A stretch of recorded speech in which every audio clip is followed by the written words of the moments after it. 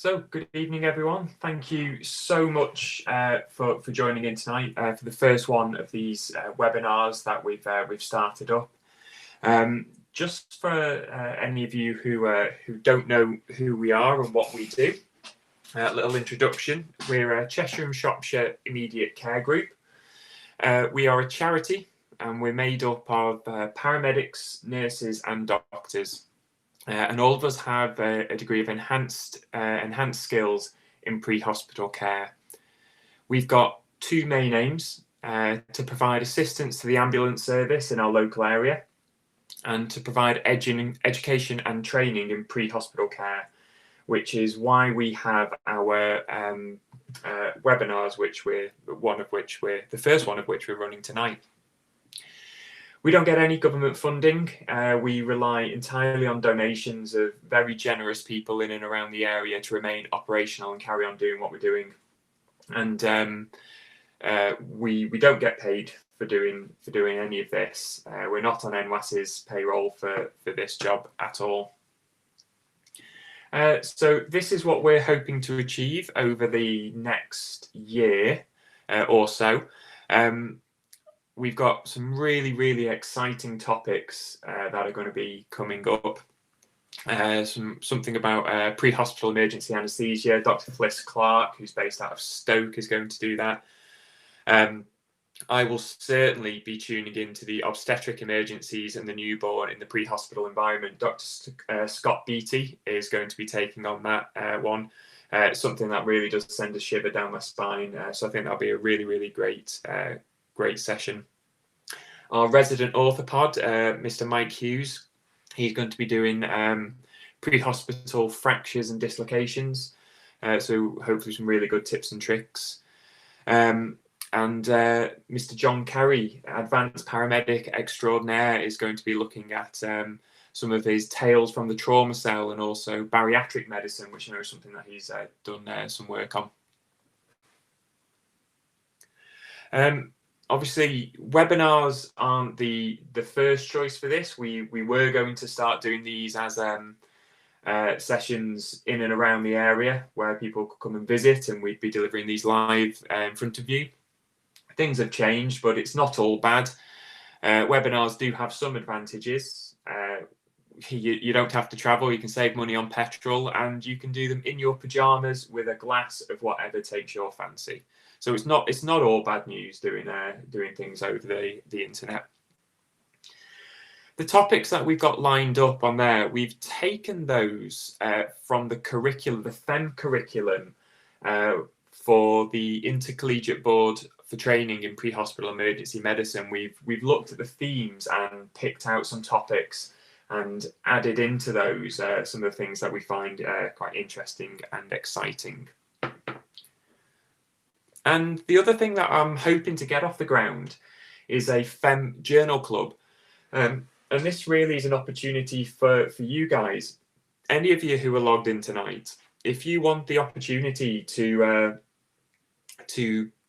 practice your presentation skills, practice your critical appraisal skills of journal articles, then let us know. We'll get a session sorted, and we can get a group of people who would like to present articles. If it's something you've never done before, we can help you. We can give you a guideline to work to and some tips and tricks for critically appraising articles. We'll do you a certificate if you present. And the key really is to talk about something that's passionate to you, something that you've seen in a journal, or one of your some literature from one of your journal articles of choice. These webinars will always be free. We're not going to start charging for them. But if you do want to help us out, a little bit of a plug. We've set up a lottery, and this is a really important fundraising thing for us. The link to the lottery is going to be on our website. The link I'll put that on at the end as well. I will post a link in the chat box at the end of tonight to our lottery. You can sign up to it. It's a fantastic source of fundraising for us. Oh, Deb, you can't hear me. Let's just have a check. Is anybody else having problems hearing me?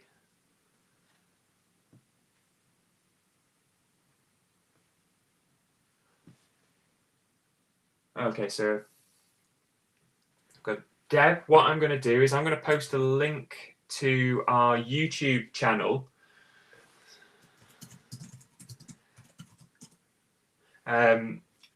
So Deb, you can hopefully catch up with us on YouTube, where we're live streaming this as well. So let's get into some of the things that we're going to cover tonight. We'll start off with a bit of defining things. In anaesthetics, we like the phrase define and classify or die. So we'll look at a little bit about the different types of transfer and how they fit in with what we do. The bulk of what I want to talk about will be some physics. So we're going to look at the physics of different forces that are involved and how those forces affect our physiology. We're briefly going to look at vibration, because that's something you can't move a patient without them experiencing some form of vibration. And we'll also talk about altitude physiology, as occasionally patients are flown. So flying doesn't happen at sea level. And you can't talk about moving patients around, especially in ambulances, without talking about vomiting and antiemetics. And we'll have a little bit of time at the end for any questions. So, transfer terminology. So, at the most basic level, transfer means moving a patient from one location to another. That could be from a ward to a ward, or it could be between two different hospitals, an inter-hospital transfer or an intra-hospital transfer. And there are different types of transfer. Obviously, there's primary, secondary, and tertiary, and we'll mention those on the next slide and expand on that a little bit more.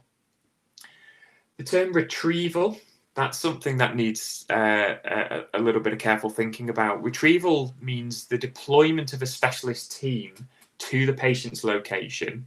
There's usually a period of stabilization and treatment, and then a subsequent transfer onto a hospital or healthcare facility. Repatriation is something different again. Repatriation usually refers to moving from a distant healthcare facility to a healthcare facility local to the patient. And then just expanding on transfer as the movement of patients between any two areas. We have primary transfers, which is the vast majority of what we do in terms of pre-hospital care, and certainly what paramedics do. This is the bulk of their work, from the scene of the incident to a hospital or another healthcare facility. Secondary transfers, this tends to be the sort of transfers done by doctors, nurses, and ODPs. So this is the movement from one healthcare facility, perhaps such as a district general hospital, to another with specialist services. So in the context of trauma, that could be to a major trauma centre from a district general, or it could be between two district generals, such as somewhere like Wiston, where they have specialist treatments for burns and plastics. And then there are tertiary movements of patients, and this is either between two specialist facilities or most commonly for bed availability. This tends to be at the level of critical care transfers, so usually level 2 or level 3 intubated patients, where you've got a real shortage of intensive care beds. Obviously, transfer isn't something that's without risk.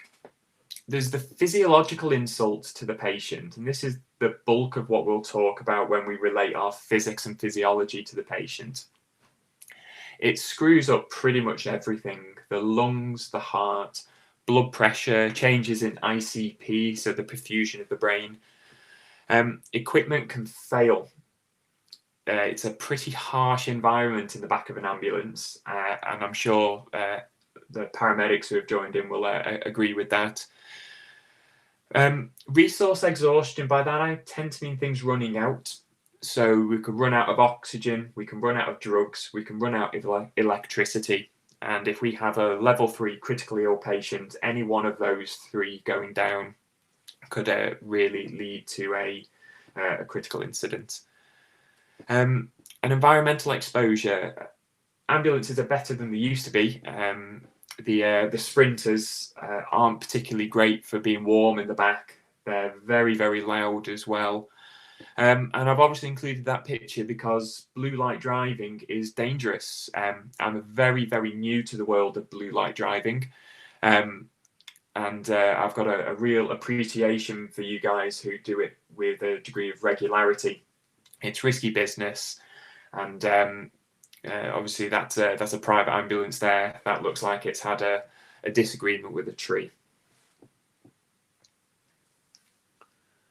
So who does transfers? Well, paramedics and EMTs will be the vast majority of the transfers that happen in and around the country.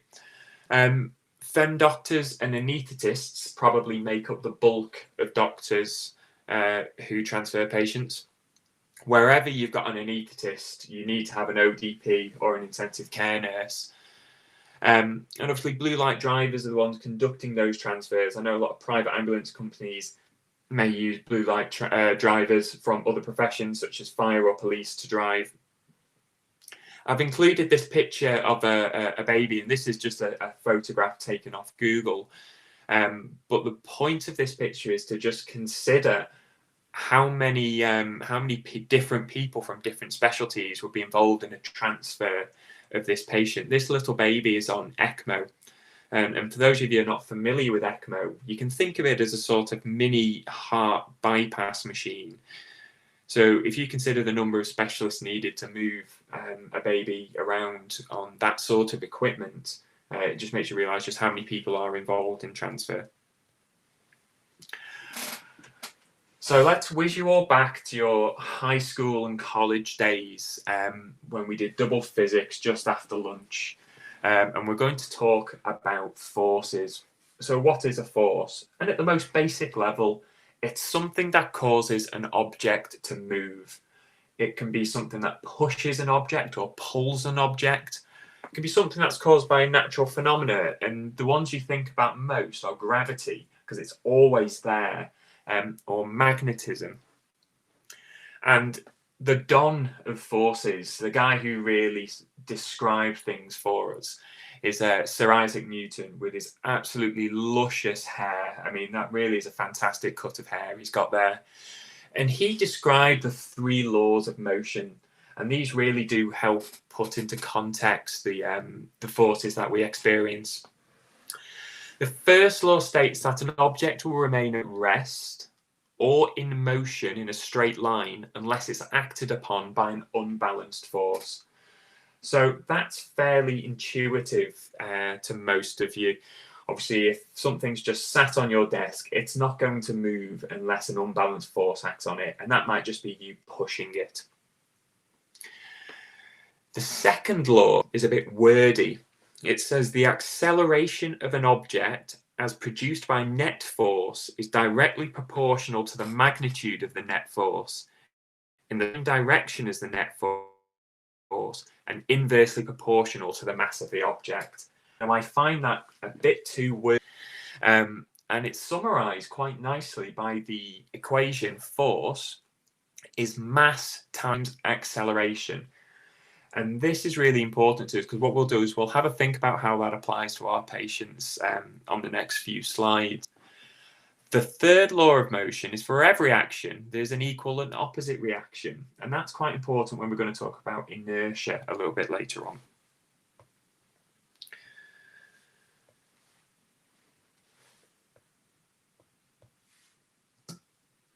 So gravity.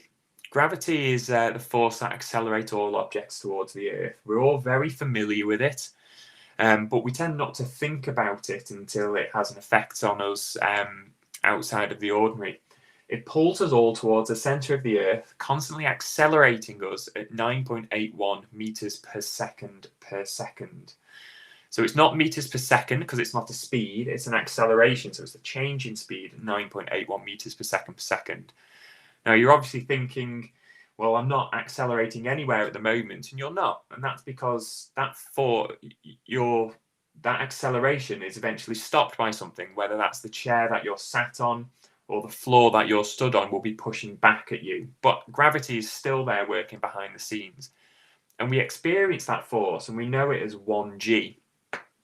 So my mass is 75 kilos. So on Earth, the force I exert on my desk chair, so force is mass, 75 kilos, times acceleration, 9.81, and that gives us 736 newtons. So that's the actual amount of force that I'm exerting.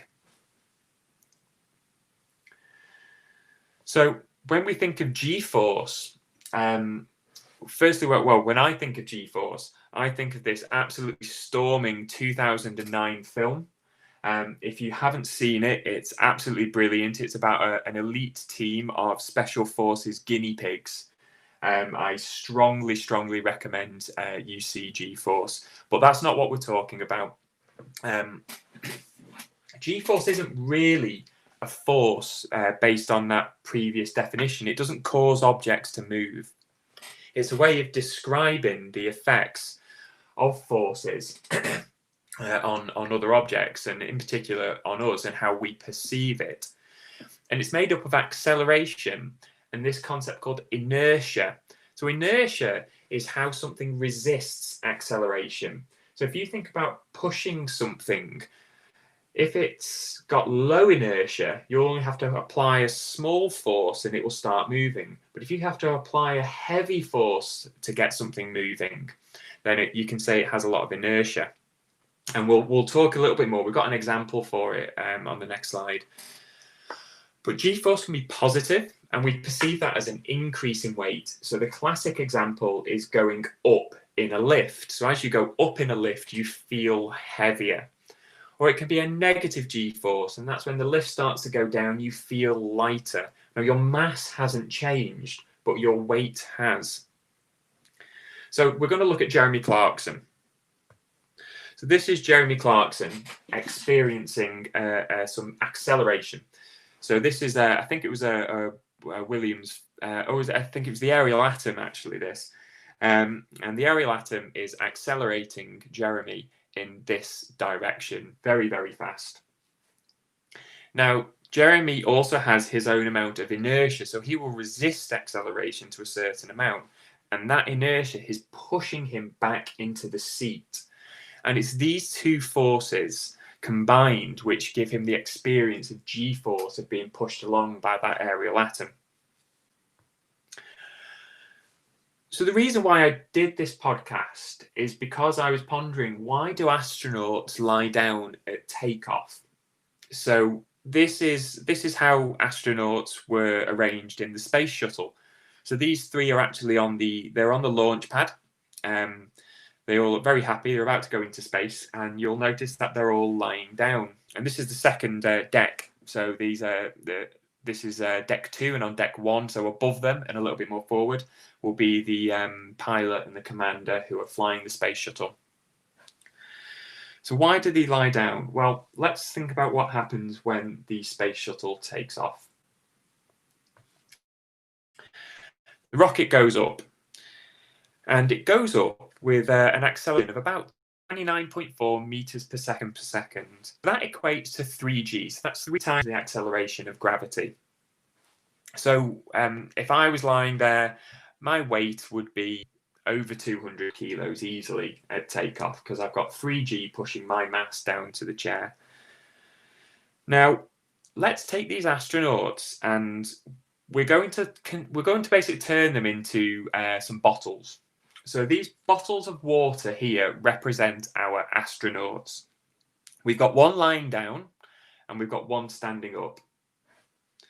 So as they accelerate up at 3g, 3 times the acceleration of gravity, they've got this 3g's of force pushing them back down into the seat. Now just look at these two forces and the way that they are distributed.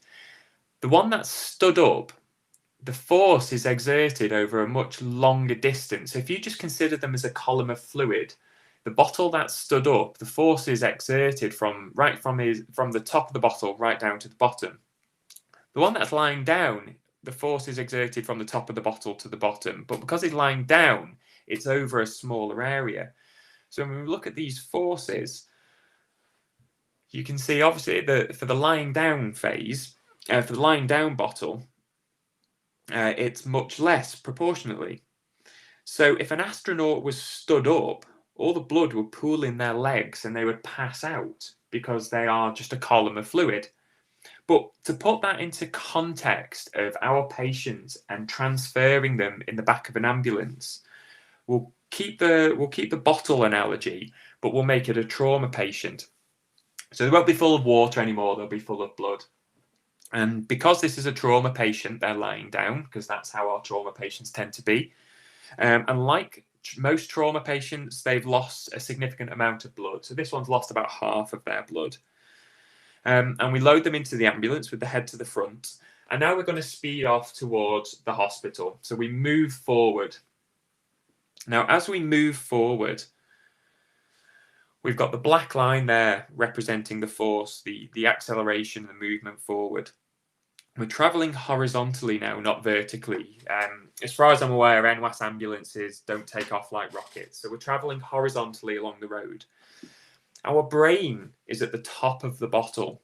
But as you can see, because the force has acted on the bottle being the body, but all the blood as well, the blood has moved towards the foot end of the patient.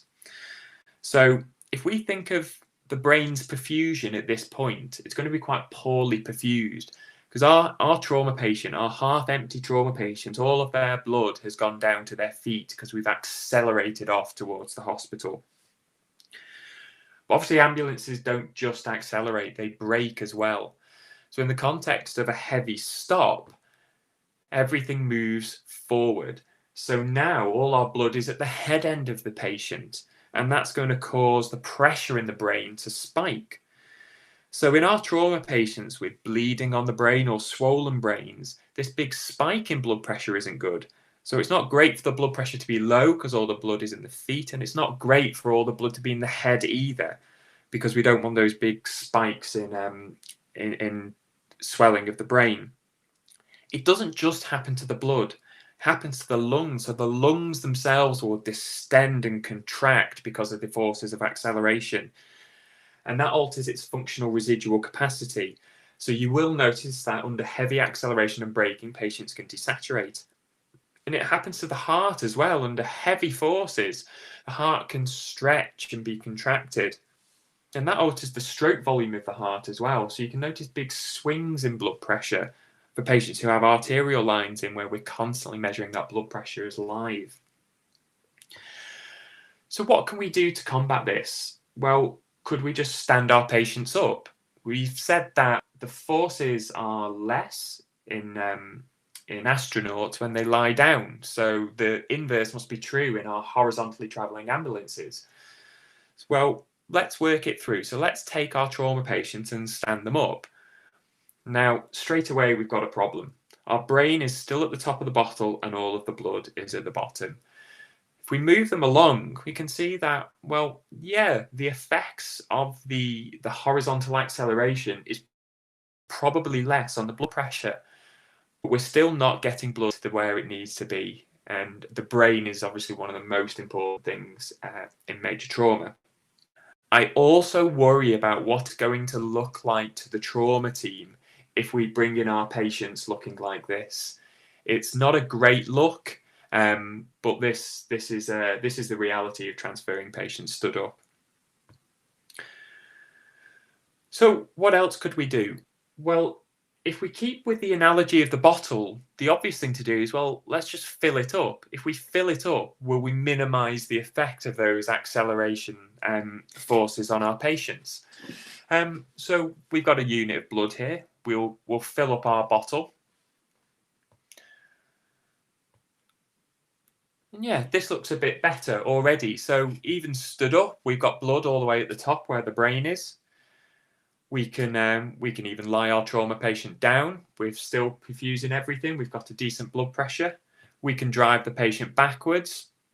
Everything's still where it is. We can drive them forwards. And if we really want to, we can spin them way around. And as we can see, we're perfusing everything. So our full bottle, our full patient who's got plenty of blood on board is going to have a much more stable journey to hospital because of those accelerating forces. But it's not quite as easy as that pre-hospitally. We haven't all got access to blood. Unless we've got Northwest Air Ambulance on their way carrying their blood, we're fairly limited as to getting blood. If we're in the realms of talking about secondary transfers between a district general to a major trauma centre, this is a very feasible option though, getting blood onto that patient. I have to say though, transfusing blood isn't without risk. So again, considering it in context of everything that we do pre-hospitally, we just need to think about, is the benefits of more stability, does that outweigh the risk of giving someone another drug or giving them blood? So another option is, could we just fill them up with our salty water? We all carry Hartmann's, or we all carry normal saline. So let's take our bottle and fill it up with water. Well, yeah, it looks a lot better. What we've noticed though is our blood's turned pink, and that's because we've diluted it. Giving cold saline in pre-hospital arena is going to cause the triad of death, and we do know that. We're going to make the patient acidotic, we're going to make them cold, and all that's going to affect their blood clotting. So this is where there's a trade-off to make. Do we want more stability for a patient who's got a fuller circulation on our transfer, or can we cope with that instability so that we're not diluting their blood and setting them off down a triad of death from diluting them with salty water? One of the big factors in that decision-making process will be, how far do you need to go? And there's no easy answer, and it's going to be on a patient-by-patient basis. So can we alter the physics? Well, if we look at force equals mass times acceleration, we can't alter the patient's mass. They are what they are. But we can alter the acceleration. So this is down to the guy or the girl who's got the right foot on the accelerator. We have to make a really carefully considered trade-off between smoothness and speed. I will absolutely bang the drum about getting to hospital promptly all day, every day. But we do have to consider the hard acceleration, the hard cornering and the hard braking, what that's doing to that patient's blood within their body. So it's just a careful consideration between smoothness and speed about getting to your final destination. So let's think about the other things we experience in the back of an ambulance. I just want to make a few brief points about the basic physics of vibration. It's another physical form of movement that we all experience in the back of ambulances and other ways of transferring patients. So a basic level, vibration is a form of movement which repeatedly alternates its direction. Now, all things have a natural frequency. This is the frequency something will oscillate at when it's moved in any sort of way, hit, pinched, pulled, whatever. It will vibrate at its natural frequency. Now, if you apply a constant force close to the natural frequency of an object, the object will start to resonate. And this is vibration gets bigger and bigger. It gets an increasing amplitude. And the reason why I talk about this and why this is quite important is because something resonating can actually be really, really dangerous. So there's a little GIF here of a bridge. Now, this bridge started vibrating because of I think it was wind passing over it. And that sort of constant vibration became bigger and bigger, and the amplitude increased. And you can just see how a simple vibration, the forces involved, can be absolutely massive. So think about what our pieces of kit go through when they're in the back of an ambulance. The sources of vibration, so in a land-based ambulance going round corners, it's fairly low frequency, so 0 to 2 hertz, and a hertz is the number of cycles per second. Helicopters, the vibration in a helicopter is quite a bit higher than what you get in a land-based vehicle, and it tends to come from the rotors above, transmitted through the airframe, and that's at about 12 to 15 hertz. Fixed-wing aircraft, their main source of vibration is from turbulence through their disruptive air, and that's 0 to 4 hertz. The vibration caused by the engines on an aircraft is quite well damped by the airframe, so it's not quite as bad as you might think. But even at these low frequencies that we see, the effect on the body can be quite startling. So 0 to 2 hertz, that tends to affect the inner ear and causes motion sickness. At 3 to 4 hertz, you'll notice people start to hyperventilate, and that's because air in the trachea starts to resonate, and that makes you breathe quicker. And 3 to 8 hertz is the natural frequency of your abdominal contents, so you can see it'd be very easy to start chucking up at 3 to 8 hertz. And then at 12 to 15 hertz, so what would happen in a helicopter, you start to experience differential head and torso movement. And basically your muscles in your neck can't keep your head and your body in a straight line. So it's quite exhausting flying in a helicopter for any prolonged period of time, or at least a poorly damped helicopter. So vibration's really, really tough on our monitoring, and not everything that we would use in hospital is suitable or adequate to go out on the road. It's got to be tested to within an inch of its life to make sure it's safe, and that will always add to the cost of pieces of equipment for transfer. They have internal protection in them to try and make them a little bit more robust. And what they do is things that are designed for transfer tend to be packed with quite a high density foam, so things to try and dampen that vibration that they experience. Talking about the resonance and natural frequency of things, this is what causes nuts and bolts to start working themselves loose. And if we think about the way your defib is mounted onto the bulkhead, it's right over the patient's head. So nuts and washers that work themselves loose because of vibration can have really catastrophic consequences. Vibration makes it really difficult to look at screens, and that can be screens on ventilators, on monitors. So you've got a potential source of error there when looking at patients' parameters. And the parameters themselves are probably fairly unreliable. SAT probes, ECGs, non-invasive blood pressure, they're all susceptible to movement artifact. So let's talk about what happens as we go higher. Some patients are not transferred at sea level, so it's important to get an appreciation of what happens at altitude. Now, this little graph here just shows the levels of the atmosphere. And this statement's quite interesting because the atmospheric composition is constant up to approximately 91 kilometers. So 91 kilometers isn't really far off the thermosphere. So if you look, it's just above the ionosphere. So this is kind of where just below where satellites are whizzing round. But if I've just said the atmosphere composition is fairly constant, why can we not exist? Why can we not breathe up at 91 kilometers of altitude? So that's the question we're going to answer. We're going to start with Dalton's Law. He's not got as good a hair as Newton, but he's got a cracking set of Harry Potter glasses.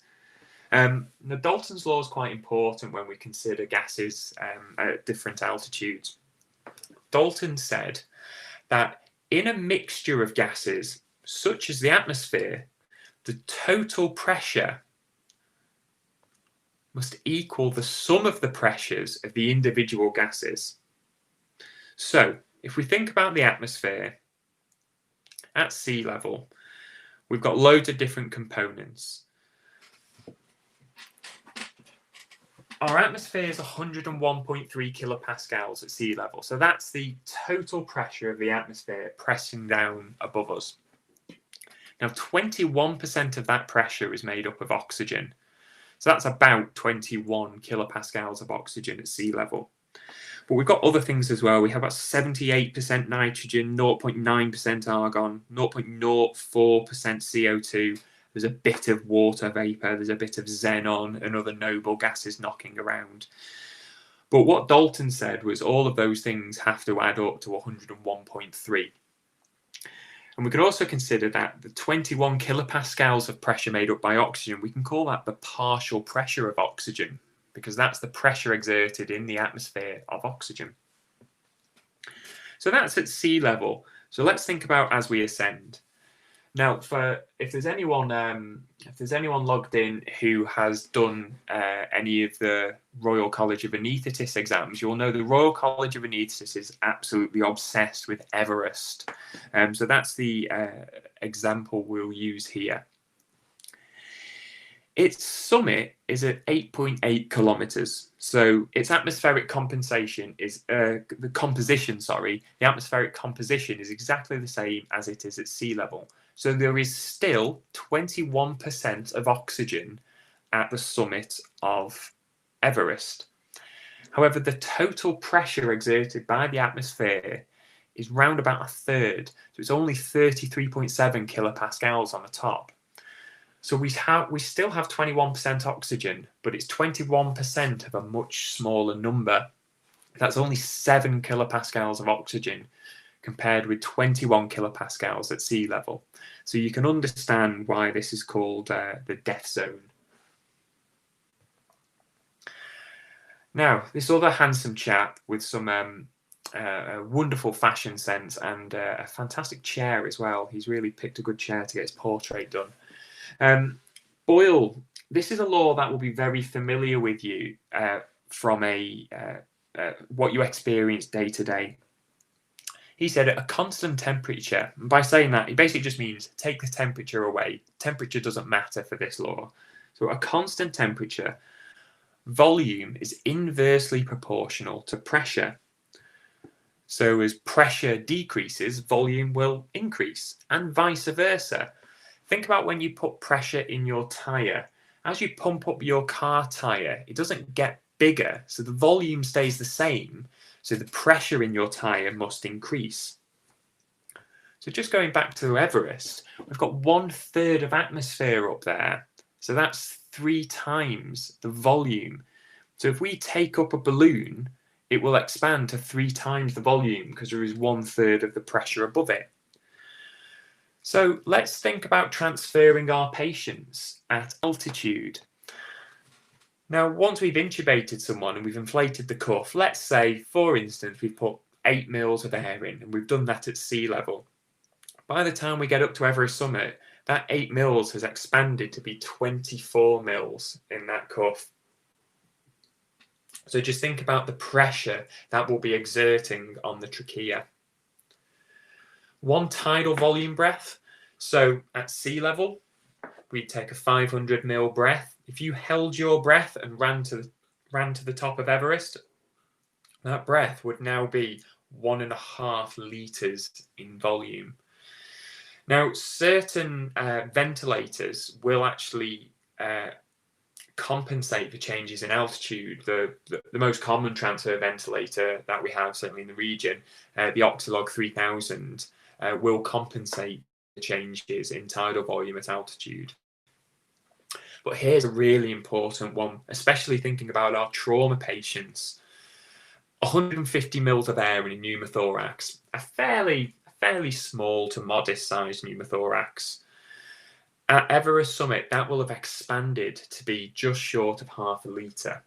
Now, it's probably not going to tension the patient, but it's certainly going to have much more clinical consequence than the small pneumothorax should have at sea level. So in our Rotary-wing aircraft, these things can fly up to 1,000 feet, usually about 500 feet. At 1,000 foot, the atmospheric pressure is 97.7 kilopascals, so that's 96% of the pressure at sea level. So these changes are fairly negligible, and if needed, helicopters can fly much lower. So in terms of altitude physiology and travelling by helicopter, there's not too much you need to take into consideration. It matters much more in fixed-wing aircraft. So commercial aircraft will typically fly about 10.5 kilometers. And at that altitude, the atmospheric pressure is 23.8 kilopascals. That's kind of why they fly at that altitude. The atmosphere is much less dense, so they can fly faster and they don't need as much fuel to punch their way through the air. But at that atmospheric pressure, our oxygen is only 5 kilopascals. So I remember saying it was 21 kilopascals at sea level, around about 7 on the top of Everest, and at 5 kilopascals, you're just not going to survive at all. And 150 mils of air in our pneumothorax is now well over a litre. It's 637 mils. So what happens in fixed-wing aircraft? Well, they pressurise the cabin. So typically a commercial airliner, your Ryanair flight will be pressurised to an altitude of 5,000 feet. So that's about 84% of the pressure at sea level. And 84% in healthy people, the physiological effects are fairly negligible. You'll have experienced your ears popping, and that's because you won't be at sea level when you're in the cabin. You'll be at 5,000 foot altitude. Now, some specialised air ambulances, and there aren't many of them around, can pressurise their cabins to sea level. But this isn't as easy as it sounds. The bigger the pressure differential between the inside and the outside of the plane, the more heavily built that plane has to be to withstand that massive pressure difference, because all of that pressure on the inside will be desperate to expand and burst out of the plane. And flying at lower altitudes won't solve all of your problems either. You'll be flying slower at lower altitudes, so you'll be in the air for longer. And we've already said that transfer does have a fair amount of risk associated with it. There'll be greater cost because you'll be using more fuel. And there will be more turbulence as well because you'll be in denser air and you'll be subject to more weather changes. Turbulence brings us really nicely onto the last thing that I want to really talk about, and that's vomiting. I don't think you can really talk about transferring patients without talking about vomiting. And it's a really good excuse to look at the mechanisms which lead us to feel sick and ultimately throw up. So I'm sure most of you will know and have had experience that vomiting is common during transport. And there are a few reasons why. One is the motion and the vibration that we've already spoken about. So we're vibrating the inner ear, which makes you feel sick, and we're vibrating the contents in the patient's stomach. The other thing is the pathology. We transport generally sick people, and sick people will be more prone to being to feeling sick and vomiting. And the other thing is we give patients lots of drugs which make them throw up. So how does vomiting work? Well, what we're going to do is we're going to break it down. I've labelled two little parts on our brain here. The CTZ is in red, and that's the chemoreceptor trigger zone. This small part of the brain lies outside of the blood-brain barrier, and that's really important because it means that things that are in the blood that could trigger you to vomit can get to the chemoreceptor trigger zone. If it was on the other side of the blood-brain barrier, within the brain itself, things in the blood wouldn't be able to get to the chemoreceptor trigger zone and trigger vomiting. And as you can see, there's a little red arrow that goes to the next thing, VC, and that's the vomiting center. I'll talk a bit more about the vomiting center at the end. So what else feeds into the chemoreceptor trigger zone? Well, the higher centers of the brain. So these are the things that you look at and they make you throw up. You'll have all had experience of it. Horror films, some people vomit at the sight of blood. It can be a smell, it can be an emotion, it can be that feeling of wanting to throw up before you go into an exam. And these are all part of your conscious brain, and they feed into the chemoreceptor trigger zone, and they also feed directly into the vomiting center of the brain. We've also got the inner ear.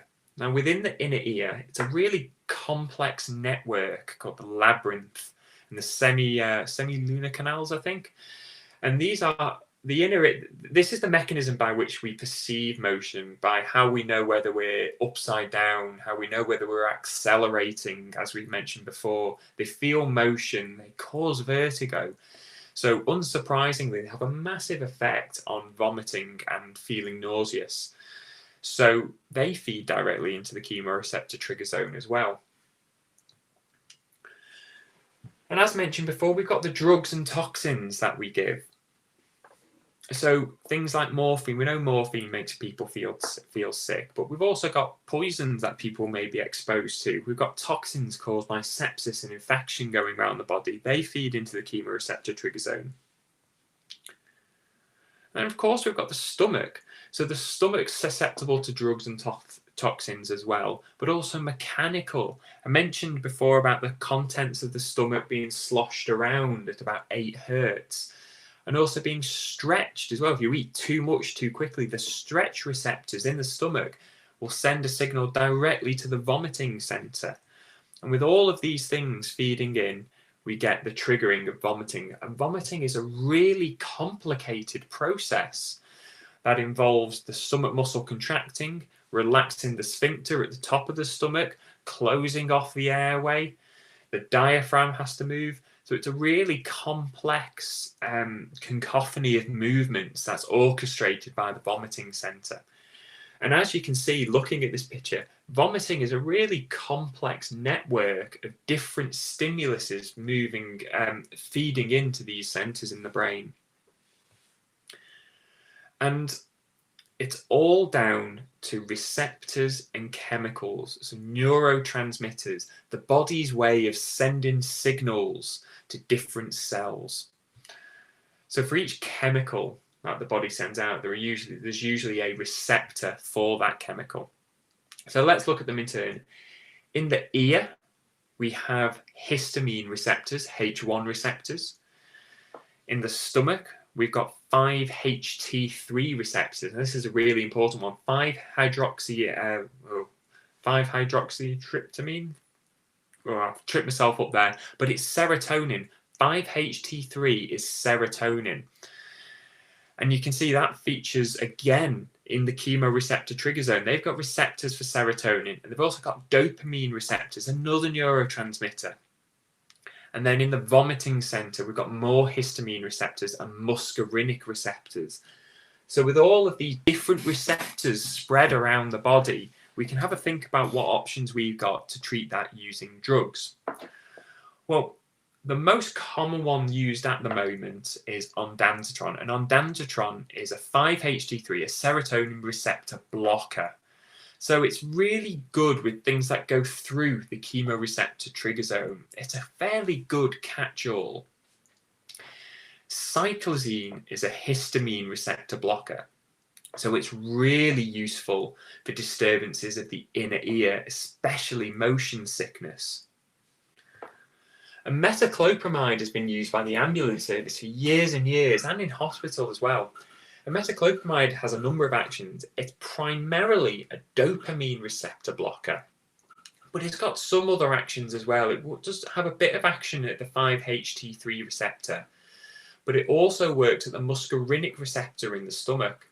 So it's a prokinetic, so it can stop you feeling sick and empty your stomach.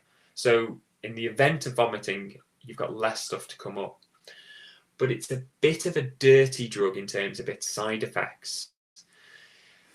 It causes extrapyramidal side effects, such as acute dystonia, because dopamine is a massive important neuroreceptor throughout the brain. And these acute dystonias, they can be things that you often see in Parkinson's disease, because Parkinson's disease is a lack of dopamine. So metoclopramide can have some, and these side effects really are quite quite horrible when you see them, and they can be reversed with medications, but these aren't available pre-hospitally. So a great technique is to think about a multimodal approach. If you can use a combination of drugs to work at different receptors, or really think about why might my patient today in my ambulance be feeling sick, and can I target that? Now, you obviously have to work within the guidelines of your profession, such as JR Calc, and including ondansetron into JR Calc was a really good move because it's such a wide-ranging, good catch-all antiemetic.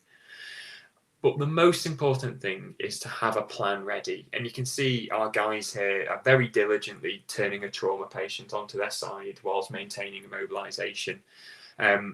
We can't always stop vomiting, so have your plan ready to get that patient on the side, and have your suction ready to clear the airway if you need to. So, thank you so much for listening to me for the last 50 minutes.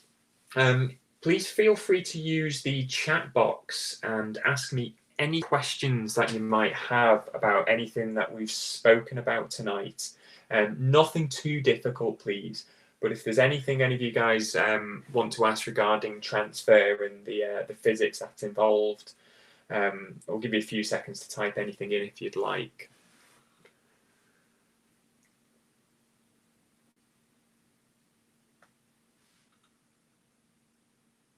Oh, I can see Tom. Fantastic, mate. Well done. Full marks for you.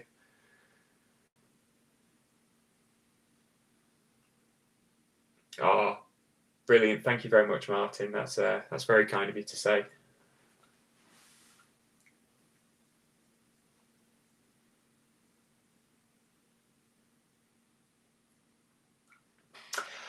That's a really good question, Tom. An optimal map for the transport of the trauma patient.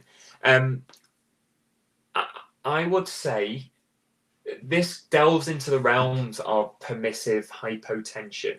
Now, the big caveat to permissive hypotension is it doesn't include patients with an isolated brain injury, and pregnant patients are obviously the big exclusion permissive hypotension. But I would say a radial pulse. A radial pulse is probably a good map, and that from I'd say less map's the right term to use, but from a systolic point of view, you're going to be looking at a systolic of over 70 to 80. Anything less than that, you have to bite the bullet and give a small dose of whatever fluid you've got to hand. And if that's just salty water, if you can give it warmed, that's going to be better. So optimal map, probably a systolic of 70 to 80. That'll probably translate to a map of about 50. Thanks very much, Adam. So if any of you want to know any more about transfer, this is the resource that I've used the most while doing this presentation. The ABC of Transfer and Retrieval Medicine. It's got a really, really distinguished list of contributors. The Royal College of Surgeons of Edinburgh do a diploma in retrieval and transfer medicine, and this book really is a blueprint to that diploma. So if you want to know more about transfer and retrieval, I would recommend this book. It's really, really good. It's really useful. And again, just another little plug for our lottery. This really is our bread and butter of our fundraising at the moment. We can't go out and do the usual sort of tin shaking that we do. We stand in the town centre and shake a tin. We can't do the usual events that we do, so our lottery really is a lifeline. And I've put a link in that to the chat box there. So yeah, thank you very much once again. That's my email address. If you would like to do the PHEM Journal Club, if you want to present something, an email and we can work on it together. If you've got any topics you'd like us to cover, then please do let me know, and we'll find someone to do that topic. We've got great access to some really fantastic experts in the area. And I think when we close the presentation, you'll be asked if you can provide some feedback, just a small comment. So if you've had any technological issues, this is a brand new platform for us, this Click meeting. So if you had any problems logging in or with the emails or with the sound, then just let me know, and we'll see if we can improve it for the next one. And obviously our website's there as well. So if you want to know anything more about us or what we do, who we are, please do have a click on that. Thank you so much. Thank you very much for being a guinea pig group of people on our first webinar. We really, really hope to see you again. Keep eyes on our Twitter at CSI Basics. That's where we will advertise these. We'll try and do one a month. And as soon as I get the next one sorted, I'll make sure you all know about it. But do keep an eye on our Twitter and our Facebook. And we really, really hope to see you again at the next webinar. Thank you very, very much, everyone. I hope you have a nice evening.